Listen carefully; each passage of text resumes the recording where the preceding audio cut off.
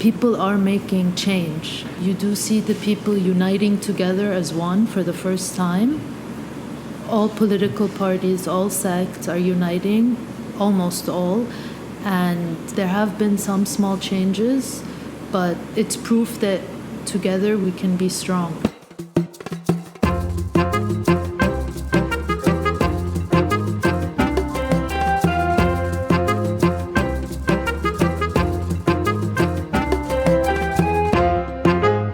Lara Ariss, people don't care anymore.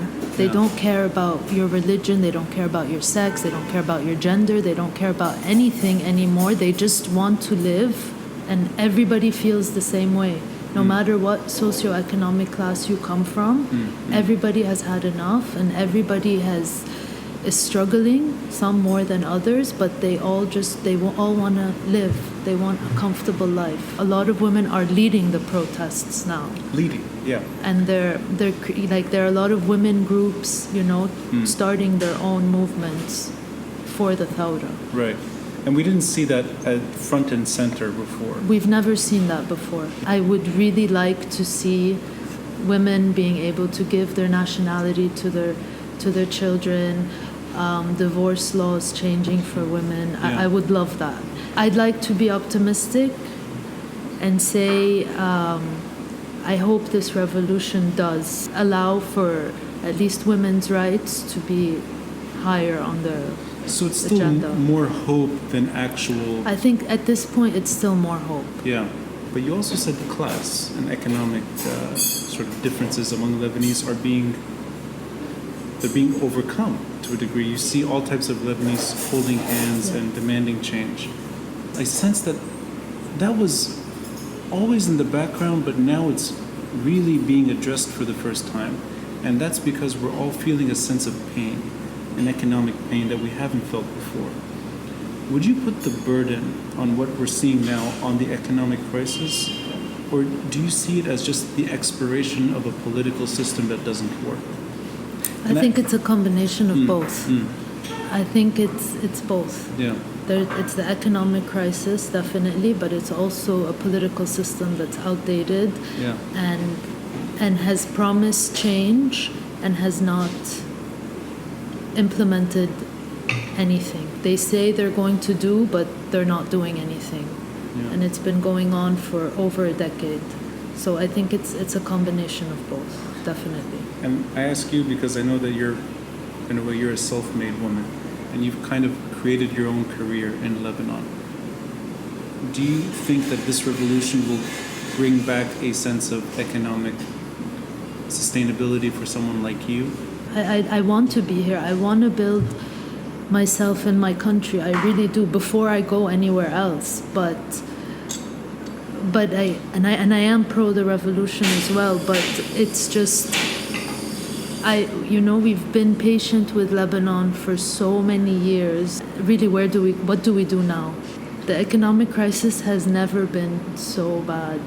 Take me back in time, because you are very good at my life. Before we started recording, you told me distant stories about my past, and I forget. It's good to remember that we know each other for a long time. Even though we're not maybe friends, we were in school together. Yeah. In the early 90s, we in the same school. Moved to my family moved back in 93. Okay, same year as us. Yeah. So we literally entered the same school together. Yes. We were a few years apart. Yes. But regardless, you remember my life more than I do. More than you, yeah. So I mean, we're too young then maybe to think politics and issues that are larger than us. We were kids.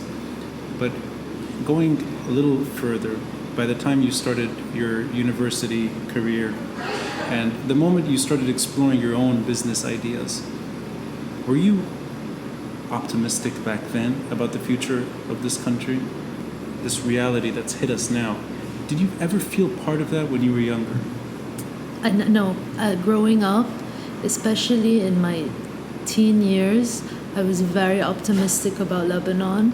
I was very pro living in Lebanon, and I'd say I'd want to leave, but then I would never leave. I never felt the way I feel now. Yeah. So this is the first time that it's hurt this much too. Yes, definitely. And there was a period when Lebanon was booming, and it felt so promising. Like I wouldn't even understand why people were leaving at that time. When is that for you? The early 2000s. Even though things were not great. No, they weren't great, but there was a lot of hope. Yeah. And things seemed to be moving forward, and the energy of the city was different. What do you mean by that? People were more willing to take risks in terms of businesses, in terms of Economically optimistic. Economically, yeah. I think that is why a lot of people that are older than us are even more cautious, and we are cautious to a point. But the older generation, and maybe you felt the same way, they would always say, "Don't protest, don't waste your time, go abroad, Yes. work abroad." Yes. It's always get out, get out, get out. Yes. And I think that's embedded in us that we should leave. The younger generation, it's striking how they're not even hearing that. They're saying, no, we're going to stay and we're going to make sure it works. And I think we are the bridge between caution and hope. That kind of level of hesitation to be fully on board and also expecting the worst at the end. I think we've seen both, and maybe it's harder for us to... Yeah. Now I'm going to get out of our negativity for a moment and go to the positive. Okay. And the reason I wanted to talk to you is because I like all types of expression in this country. And expression is not just words, it's not music, it's not art, it's not, for that matter, chants or film or literature. Expression is everything, the way Lebanese express themselves. And there's an area that I'm not too familiar with. I think you have found a way of making our cuisine delicious with your own recipes and your sweets, but I think you make it easy to navigate the cuisine. And I'm a fan of one of your books, which is Sweet Levantine, and I've actually given this as a gift myself to other people. It's heavy, but it's worth it, and you really find a way to illustrate our cuisine at its best, because it's not easy. I mean, it's really not easy to do this, and it's both photo heavy and it's also ingredient heavy, which I like. But I want to ask you, is there something about your own identity that you're trying to deliver by making Lebanese cuisine and Lebanese recipes accessible? Because it's not, I mean, at the end of the day, we're in Lebanon. We know what our cuisine's like and we know what the sweets taste like. But you've kind of contributed your own spin on things. Are you trying to express Lebanese identity your way through your books? So I'll start with the first book. It's more of a tribute to my family. So we have farms in the south of Lebanon, where so by hobby my dad likes to farm. So we have a lot of fresh produce at home, and he distributes wholesale. So I grew up around a lot of fresh produce at home, and a lot of the meals we ate were made from fresh ingredients. So the fresh component to it is something you took as a child? Yes, it's something I grew up with. Yeah. When I decided to write the book, I wanted to write a book about recipes from Lebanon. But then I noticed that they're not originally all Lebanese recipes. They're actually from the Levant, which is the Fertile Crescent, hence the name. Right, you don't call it the Middle East harvest, or you don't call it even the Eastern Mediterranean. No. You're specifically saying Levantine. Yes. Okay, so that comes from your childhood memories of fresh food from your father's farms. Yes. Through research, I realized how healthy Lebanese food, or food from the Levant, is, and how popular it is on an international level. So I decided to take recipes from my mother, from her friends, from my friends' mothers, and simplify them. And then sometimes I would give them a modern twist. Yeah. So, for example, I have a lavender mhalabiye. I have osmaliye cheesecake. Wow. So, and these are things these are things I mean, I researched, but I created the recipe on my own. And I'm curious here because the only other person that is in the same field I spoke to is the owner of Elili restaurant in New York, Philippe Massoud. And his restaurant, I think he would say that first and foremost, it's his interpretation of Lebanese cuisine. And I sense that you're doing something similar, that it's a personal sort of reinterpretation. Yes. Is there any hesitation when you try to sort of play around with food in Lebanon? Is there any sort of, do you get any negative reactions from people when you're sort of venturing your own way and kind of reinterpreting? Do people give you a hard time, or is it? Yeah, you're going to have a lot of negative feedback, especially from the older generation who think their recipe is the best and the way they do it is the best. Yeah.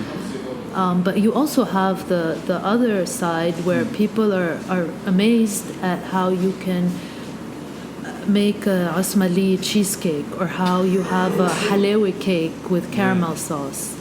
So you get both. But it tends to be the younger generations more interested in the twist. In the twists, okay. yeah. I mean, are your parents, because I'm guessing that they're curious about what you're doing as well, do they have their own sort of hesitations? Well, at the beginning, I think, they had their reservations, they had their hesitations. Yeah. They weren't sure what I was doing. But after they tried and they saw what and understood what I was doing, they joined in and they started helping me and they started so they're part of it as well. Well, yeah, I mean the book, I mean it's inspired by them. Okay. So yeah. Great. Do you still have these farms in the south? Yes, we do. Good. Is this sort of a way to kind of make Lebanese reappreciate their history and kind of hold on to what they're letting go of? Yeah, it is. It definitely is, because our food isn't as complicated as our grandmothers and aunts made it seem. That's interesting. Our food is very fresh. Yeah. And I'm taking people back to basics. You went to the UK to study culinary craft, I guess. Yeah. Cordon Bleu. Yeah. This is not an easy task to reinterpret Lebanese food in Lebanon. And you go to one of the most well-renowned culinary schools, and you come back, sort of make your way back. Do you feel like you've met your goals? I mean, I still hear people talk about how Lebanese food is so difficult to cook and how it's so time-consuming and how it reminds them of their grandmother and their aunts, and I wish, like in a negative way. In a negative way. That's funny. It reminds them of their family. Or how they don't have time to make all of this, and they don't have time. It's just really like, the way. Yeah. I mean, just simplify it. I wish people could just, they could understand that it's not that complicated. It's not that difficult. Right.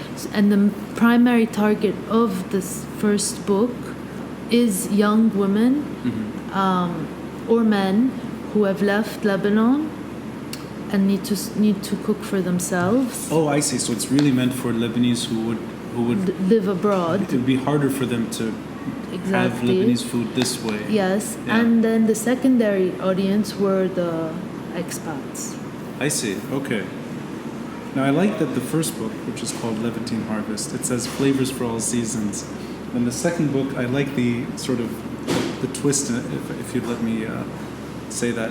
Sweet Levantine, treats for every season and occasion. It's almost like the sequel, I guess. Yeah, exactly. But it's focused on the more sugar-friendly yes. aspect of Lebanese cuisine.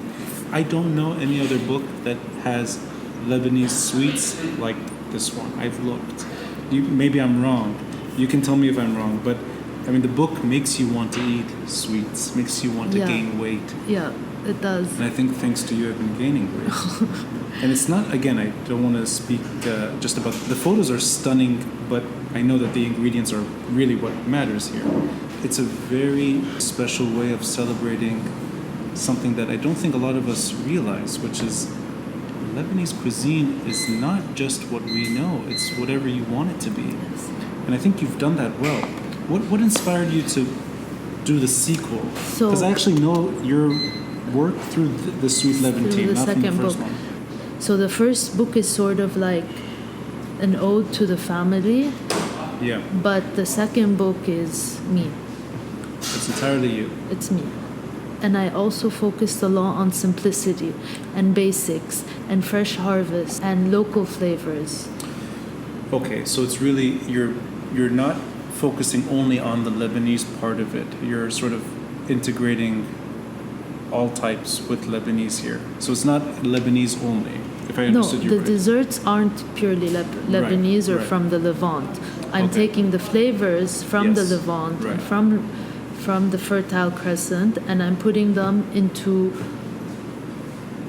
what people call today Western desserts. Okay, or so American you're- desserts. I see. So the idea is to really bridge these two regions together through Yes. the sweets. Why are you doing this? I'm curious. This is how, at least I've realized, my generation and the younger generation are. It's not the typical Lebanese or Arab thing that they like. They like things that are sort of are different. And I'm sure that there's identity problems in the mix because it's such an eccentric but delicious way of making Lebanese food taste better. Is the target at the end making Lebanese adapt, or are you trying to get the other audience to maybe adapt I to think it's a combination of both. It's letting the Lebanese adapt, but it's also allowing the foreign audience to adapt. This book received a lot of positive feedback from people in Lebanon, more than the first one, and it also received a lot of positive feedback from the foreign audience, Okay. equally as much as the first one did. The chef who wrote the foreword of my first cookbook, Chef Greg Malouf, is Lebanese of origin, but he grew up in Australia. He's the master of modern Middle Eastern cuisine. What I've tried to do in my second cookbook is sort of modernize the Middle Eastern desserts. I mean, you have knefe with strawberry coulis. It's a bit Yeah. different. This is what Lebanese restaurants are trying to do, at least the ones that are more trendy. I see. In Lebanon as well. In Lebanon and abroad. Right, right. So you're testing, in a way, you're testing the boundaries of Lebanese food. Lebanese food and the flavors, yeah, Yeah. definitely. What is your favorite recipe from the second book? The cheesecake. I didn't even need to Glad I think said about that. Cheesecake. I didn't even need to think about that. Okay. The cheesecake in both books, I absolutely love. I was on a mission to perfect my cheesecake That after sounds- culinary that school. sounds I like was a- on a mission for 2 years. That's a pastry chef's For 2 nightmare. years, I would test different cheesecake recipes until I finally reached what I think is the perfect And sorry, cheesecake you- recipe. Here. Oh, here it is. Okay, Yeah. so it's page 211, orange, cardamom, and ricotta cheesecake. Who do you test this on? Is it friends and family, or like try I this? try on friends and family, definitely, yeah. And I send to people, I mean, I have a lot of people who are guinea pigs. And if you don't give constructive Well, feedback... they become guinea pigs because they you keep become- feeding yes. If you don't give constructive feedback, like positive and negative, Yeah. you won't get them. Another sample? another sample. Oh, wow. I need constructive feedback. And how it took 2 years to get the right... The cheesecake, Yeah. to perfect it, like find the perfect recipe, it took me 2 years. 2 years. And a lot of people are like, that's insane. But I mean, I'm very proud of my cheesecake. But, okay. So that's perfect. I love it. I'm really proud of my I'm cheesecake. so proud of my Usually it's I'm cheesecake. proud of my child or No, my cheesecake. my cheese. Well, maybe it is. I mean, you raised it for 2 years. 2 years. I researched a lot about it. I read a lot about it. I asked a lot about it. It was like I was on a mission. Like there was no, and then so Is it a chemistry lab? Are you like something. mixing things? So Any I explosions at home? when you get to it's just through research. that you realize that this is it. It's still jiggly from the center, but not too jiggly. There are no cracks. It's slow baked. You open the oven at the end. You let it chill in the fridge. This book was published, if I'm not mistaken, the first one was 2016, and The first one was 2016. The second one was in 2018. Are we getting a third one? Not anytime soon. Anytime soon? Not Good, anytime because I soon. can't gain any more Yeah. weight. And just out of curiosity, as someone who's devoted their life to food and sweets, and as a pastry chef, how do you manage to stay so thin and make your audience get fat? And you are as thin as I remember, and all you do is make sweets. You're experimenting on sweets, and yet you stay so thin. How do you pull that off? Is it gym? That. Are you a runner? No, Are you an evil chef? It's I exercise, I cycle, Oh, okay. but also over the years I've learned to balance. Honestly, it took a lot of trial and error to. I mean, because when I first started off, I used to like overeat. Good. So you did. I did. But Okay. I started baking at a very young age, so that was when I was much younger. And then as I grew older, I just learned that, one bite is the same as 10. It's not. I think you should have that in bold in the book as a warning. One bite is worth 10. 10, yeah. But yeah, I've had to.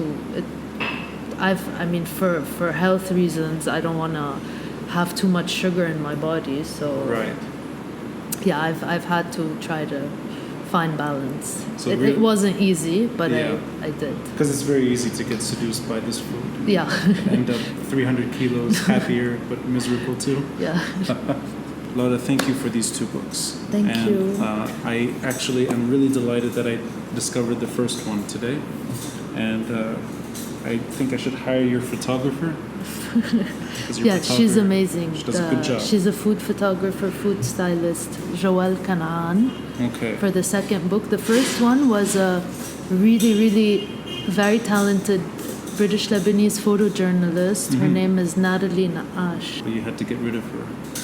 No, no, that's not the case. She's still with us. She yeah? was still. She was still. I mean, I asked her before I had met Joelle if she would Okay. shoot the second one, but she couldn't.